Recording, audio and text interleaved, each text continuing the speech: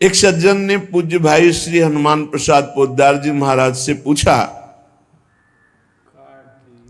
कि साधना करते करते 20 साल हमको हो गए, ना तो भगवान मिले और ना भगवान का प्रेम प्राप्त हुआ, क्या कारण है? 20 साल हो गए साधन करते, ना भगवान मिले और ना भगवान का विरह प्राप्त हुआ। जैसे शास्त्रों में वर्णन आया है, संतों ने कहा इतना लाख जप करो तो भगवान का दर्शन हो जाएगा। ये शास्त्रीय बातें ठीक है भाई जी महाराज के, लेकिन इतने लाख संख्या में भगवान को खरीद लोगे ऐसी बात नहीं है। भगवान संख्या से नहीं मिलने वाले, भगवान संख्या से नहीं खरीदे जा सकते, तपस्या से नहीं खरीदे जा सकते, व्रत से नहीं खरीदे जा सकते, संयम नियम से नहीं खरीदे जा सकते। भगवान किसी क्रिया के फल रूप नहीं है। भगवान को कोई बांध नहीं सकता इन नियम संयम व्रत उपवास तपस्या। आज तक अगर कहीं कोई बांधा है तो प्रेमाधीन, भगवान प्रेम के अधीन बंधे हैं। भगवान मोल में खरीदे नहीं जा सकते।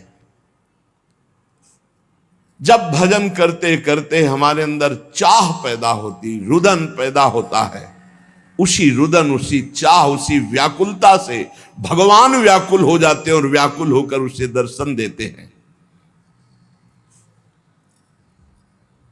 प्रेम की चाह, भगवान के मिलन की चाह जब तीव्रतर से तीव्रतम अनन्य हो जाएगी, जहां दूसरी चाह नहीं, जहां दूसरी किसी व्यक्ति से प्रियता नहीं, सारा संसार उसके लिए शून्य में दिखाई दे रहा है, एकमात्र भगवान। बस भगवान की प्राप्ति की यही शुभ वेला है। कई बार सत्संग में सुनाया, देखो चाह से केवल भगवत प्राप्ति। यही मथुरा के ब्राह्मण यज्ञ कर रहे हैं, बड़े याज्ञिक विद्वान, गायत्री अनुष्ठान करने वाले, बड़े धर्मात्मा, शास्त्रीय पद्धति से चलने वाले, तो क्या भगवान से मिल जाएंगे क्या? इन सबसे भगवान नहीं मिलते। व्रतांसि यज्ञ छंदांसि तीर्था नियमा यमा।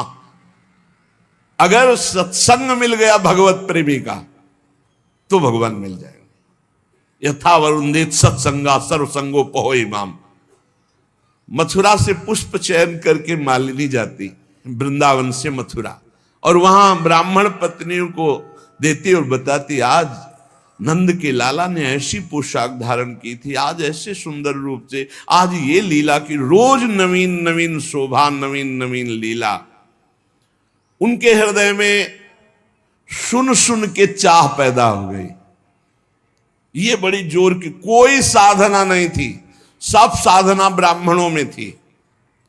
देखो सुन सुन के चाह पैदा हो गई। इसीलिए भगवान कहते, जैसा मैं सत्संग से वैसा मैं किसी अन्य साधन से नहीं। सत्संग से मैं बहुत जल्दी पकड़ में आ जाता हूं, क्योंकि चाह पैदा हो जाती है, सुनने मात्र से चाह। अब उनके हृदय में एक पीड़ा पैदा हुई, मैं कब देखूं, मैं कब नंदनंदन को देखूं। ये ब्राह्मण लोग ऐसे नियमनिष्ठ है कि इनको यज्ञ से फुर्सत नहीं है, और अगर हम कहें भी तो शायद इनका भाव ना बने। हम उत्तम कुल के ब्रह्म ऋषि, हम भाई वहां कैसे जाएं, वो कैसे दर्शन, क्योंकि वो जानती थी स्वभाव।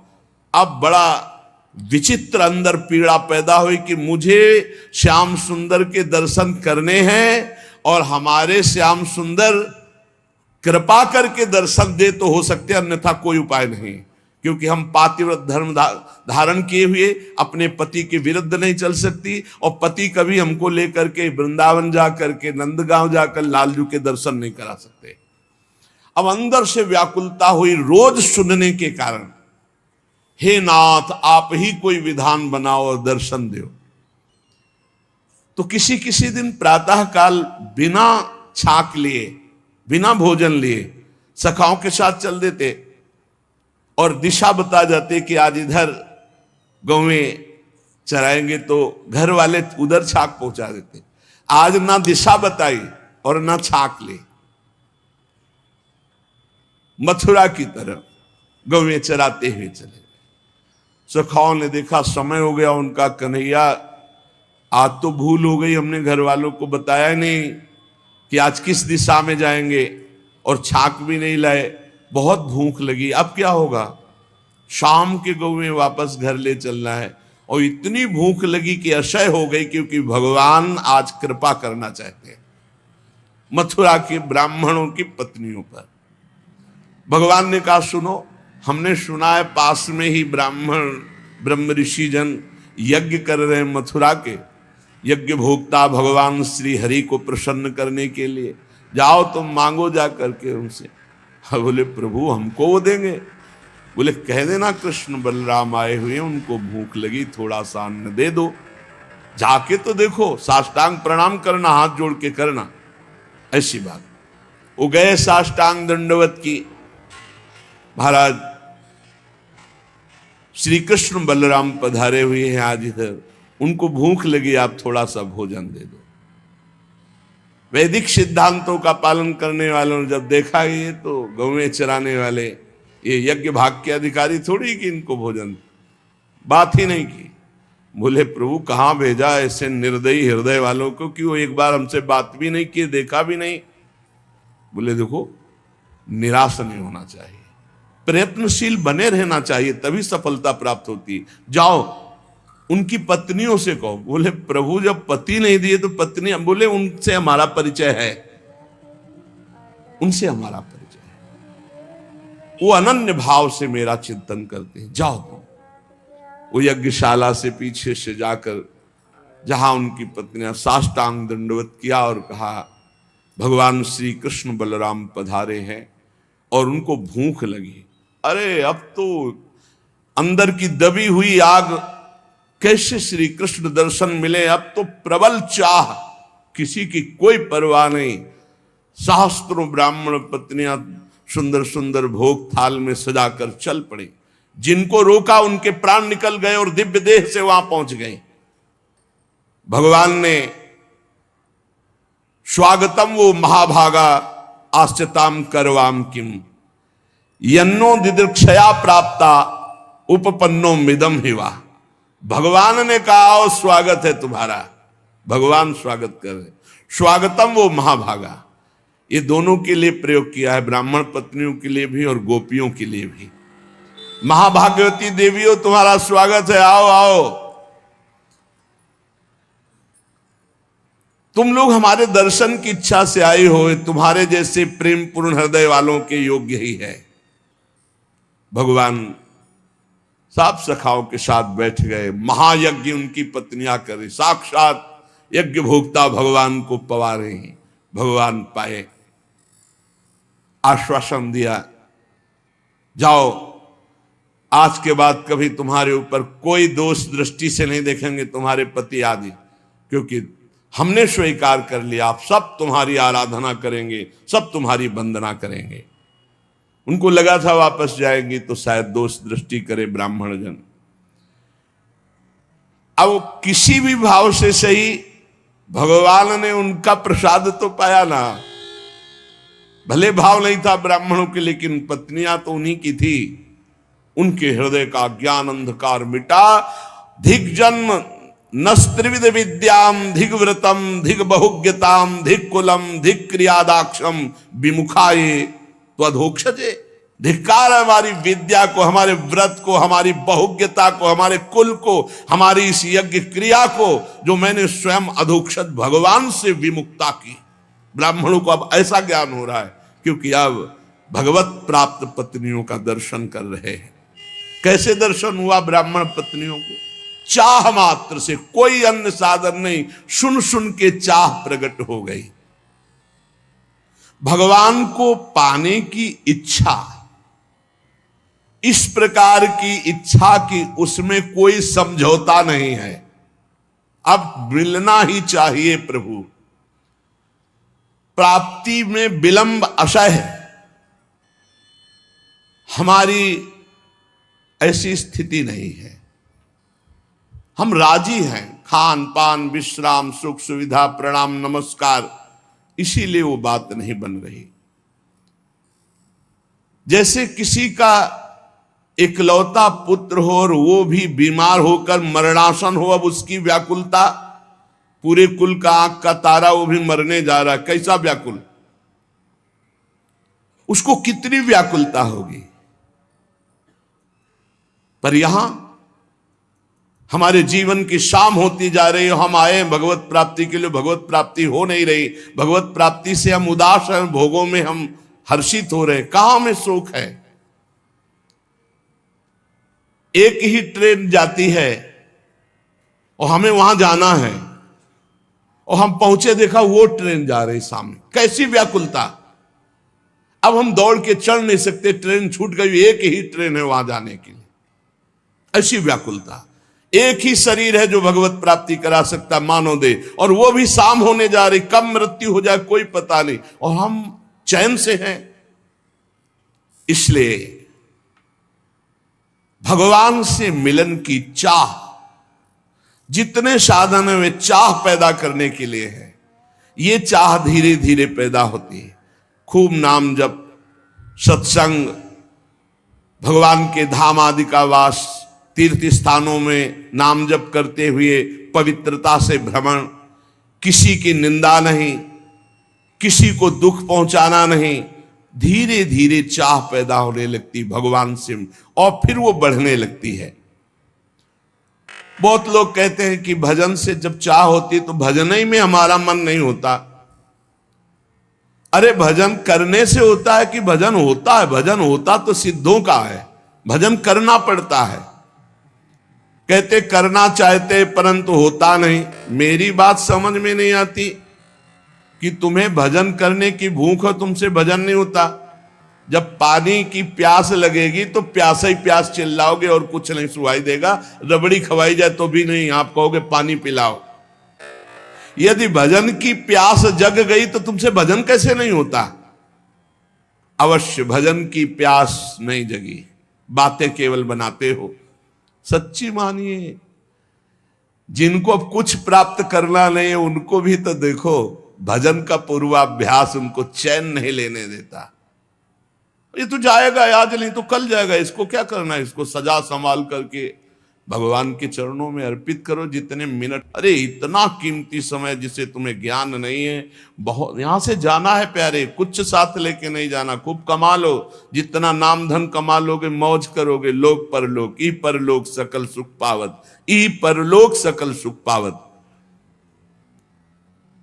धिक्कार है अपने को यदि सत्संग मिला, मानव देह मिली, भजन की महिमा सुनने को मिली, और फिर हम कहते भजन में मन नहीं लगता। मन लगने ना लगने से क्या, रात दिन भजन करो अभी मन लग जाएगा। जरा सी वृत्ति भजन से ऐसा लगा सूरदास जी को कि हट गई क्या, तो धिक्कार देने लगे। मौसम कौन कुटिल खल कामी, जिन मुको तन दियो ताको न भजन कियो ऐसो नोन हरामी। कौन सी ऐसी वस्तु प्रिय लगी, कौन सी ऐसी घटना प्रिय लगी जिससे भगवान का विस्मरण हो गया? ताहि बिसरायो ऐसो नमक हरामी।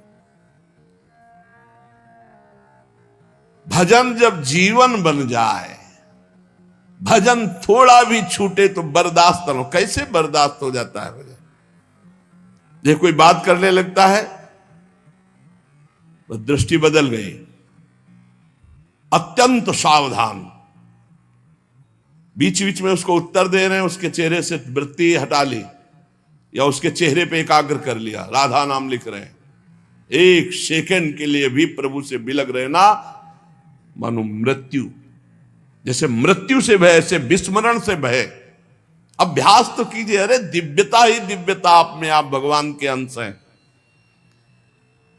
पहले भजन किया जाता है, फिर भजन होता है। नित्य कर्म का जो नियम दिया जाता है वो भजन में प्रवेश पाने के लिए। ये जो समय देखते रहते हैं कि अच्छा 2 घंटा भजन, अभी तो बस 2 घंटा हुआ है, बस खत्म, अब टीवी देखो खूब करो, 2 घंटा अपने नियम हो गए, चलो बाहर चलते हैं, अखबार देखते हैं, गप लड़ाते हैं। हम इन ऐसे लोगों की बातें नहीं कर रहे, भाई जी महाराज कह रहे हैं। हम उनकी बातें कर रहे हैं जो भगवान की प्राप्ति करना चाहते। जबरदस्ती हर समय लाख लोग, इसका कोई संख्या का मतलब नहीं। हर समय यही बात गुरुदेव ने बचपन में डाल दी, बलिहारी गुरुदेव की, जो और कोई सूत्र ही दिमाग में पूरे जीवन में जहां कहीं भी हुआ तो सब बातें सुननी, पर गुरुदेव की बात याद रखते थे कि कोई भी श्वास खाली ना जाए, हर समय भजन करना। बच्चा जब छोटे थे जगा के 2 बजे रात्रि उन्हीं का जगाने का नियम, उन्हीं के जगाने की अभ्यास वृत्ति। 2 बजे रात उठ रे, तखत के नीचे ऐसे चटाई में सोते और ऐसे कुटिया में आप बैठते, उठ रे देख 2 बज गए, किसान लोग बैल लेकर के हल जोतने जा रहे, तुम बाबा जी बनने निकले, अभी पढ़े हो, बैठ, पहले भजन करवाते, फिर चलो स्नान आदि।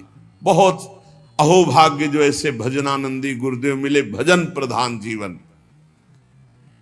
किसी ने कहा लाख नाम जप करो तुम्हारा काम हो जाएगा, तो ये तुम्हें लगाने के लिए कहा जा रहा है। जरूरी नहीं कि तुम लाख नाम जप किए बस बंद कर दिए। हर श्वास, हर क्षण, तभी आप भगवत प्राप्ति। बात समझना,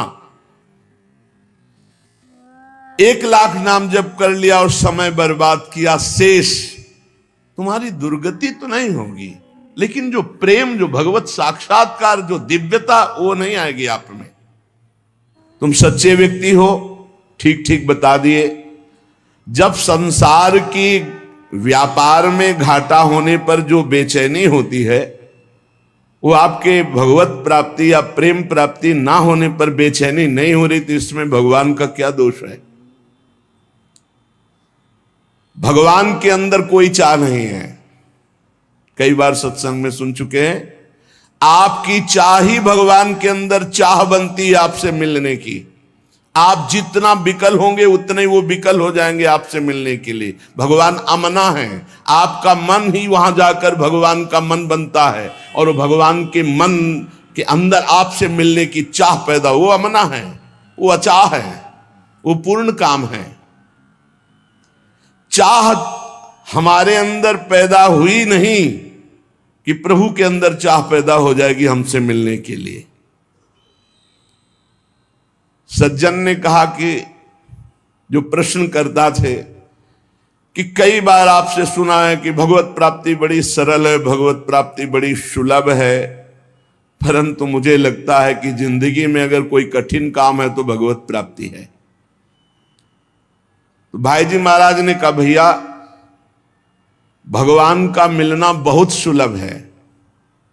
भगवान किसी कर्म के फल से नहीं मिलते कि ये कर्म किया तो इसका फल हुआ भगवत प्राप्ति। भगवान चाह से मिलते हैं, व्याकुलता से मिलते हैं, रुदन से मिलते हैं। ये सारे कर्म इसलिए कहे जाते हैं कि तुमसे पाप कर्म ना बने, और जब पवित्र हृदय होगा तो भगवत प्राप्ति के मिलन की चाह प्रकट हो जाएगी, रोना आ जाएगा। भगवान मिलते हैं रुदन से, चाह से, व्याकुलता से, लालसा से। संसार के जितने भोग पदार्थ, अवस्था, स्थितियां, प्राणी, ये सब कर्म से मिलते हैं। जैसा आप कर्म करोगे वैसा पदार्थ मिलेगा, वैसे व्यक्ति का संयोग मिलेगा, वैसे सुविधा मिलेगी, वैसे ही असुविधा मिलेगी, वैसे ही आपको तिरस्कार, अपमान, जैसा कर्म करोगे। लेकिन भगवत प्राप्ति कर्म का फल नहीं है। पूज्य भाई जी महाराज कह रहे भगवत प्राप्ति चाह का फल है। वो संत संग से, शास्त्र स्वाध्याय से, नाम जप से, भाई जी उसका भाव लिख रहे, नाम जप से, सत्संग से, शास्त्र स्वाध्याय से हमारे संसार की चाह हटे और भगवान की चाह प्रकट हो जाए।